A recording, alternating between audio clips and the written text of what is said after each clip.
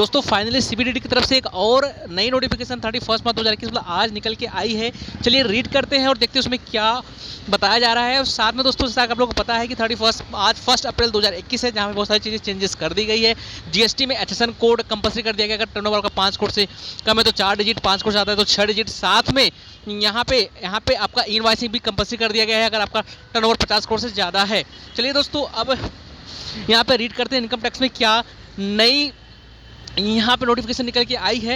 यहाँ पे हम रीड करते हैं। यहाँ पे लिखा हुआ है CBDT notify all ITR forms 1 to 7 for assessment year 21-22। दोस्तों असेसमेंट ईयर 21-22 के लिए सीबीडीटी ने जो फॉर्म है आईटीआर का 1 से लेकर 7 तक उसको नोटिफाई कर दिया है 21/2020 इन द डेटेड 31 मार्च 2021 मतलब आज नोटिफाई कर दिया है।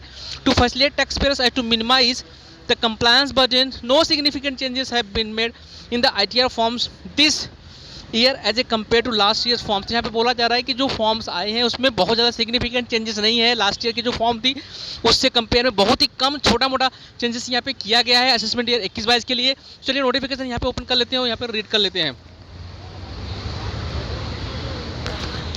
In exercise of the powers conferred by Section 139 raised with Section 225 of the Income Tax Act 1961, the Act taxes hereby makes the following rules further to amendment Income Tax Rule 1961. These rules may be called the Income Tax 7th Amendment Rules. तो ये 7th Amendment Rules यहाँ पे किया गया है।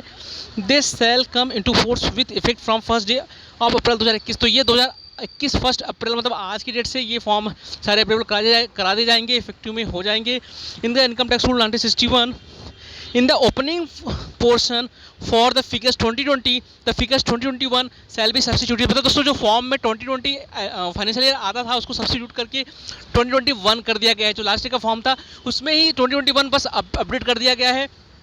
साथ में यहाँ बताया गया इन सब क्लॉज भी द वर्ड और शैल बी ओमिटेड, जो क्लॉज भी था उसको ओमिटेड कर दिया गया है।